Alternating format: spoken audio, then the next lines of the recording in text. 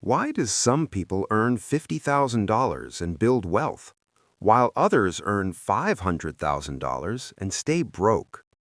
It's not intelligence, it's not luck, it's not even math. It's psychology. In the next 5 minutes, I'm going to show you how money is less about numbers and more about behavior. And once you see this, you'll never look at wealth the same way again. We love to believe we're rational with money, but we're not. If we were, no one would carry credit card debt at 24% interest while saving money at 3%. No one would panic sell during a crash. No one would buy things they don't need to impress people they don't like. Money decisions are emotional first, logical second. Fear makes you sell. Greed makes you chase. Ego makes you overspend. Envy makes you compare. And the market? It feeds on those emotions. Wealth isn't built by being the smartest person in the room. It's built by being the calmest. Here's a mental shift that changes everything. Rich is loud. Wealth is silent. A new car? That's visible. Designer clothes? Visible. Luxury vacations? Visible.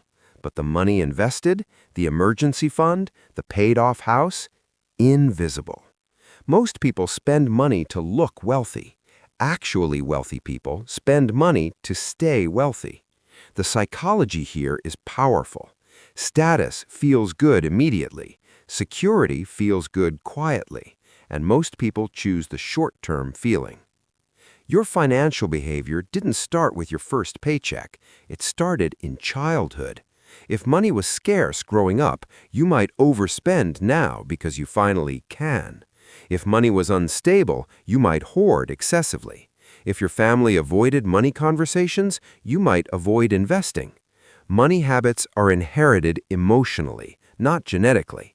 Two people can read the same investing book and behave completely differently because their relationship with risk, safety, and control is different. Understanding your money story is more powerful than learning another stock tip.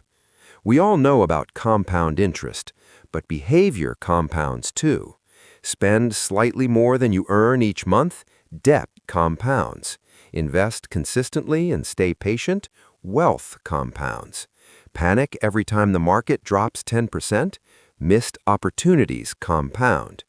The difference between financial success and failure isn't usually one big decision. It's hundreds of small emotional reactions over time. Tiny habits, repeated consistently, over years. That's the real multiplier. After studying wealthy individuals, 3 psychological traits show up again and again. 1. Long-term thinking.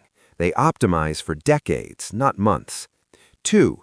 Emotional detachment from trends. They don't chase hype, they ignore noise. 3. Margin of safety. They leave room for mistakes, emergency funds, diversification, patience. They understand one powerful truth.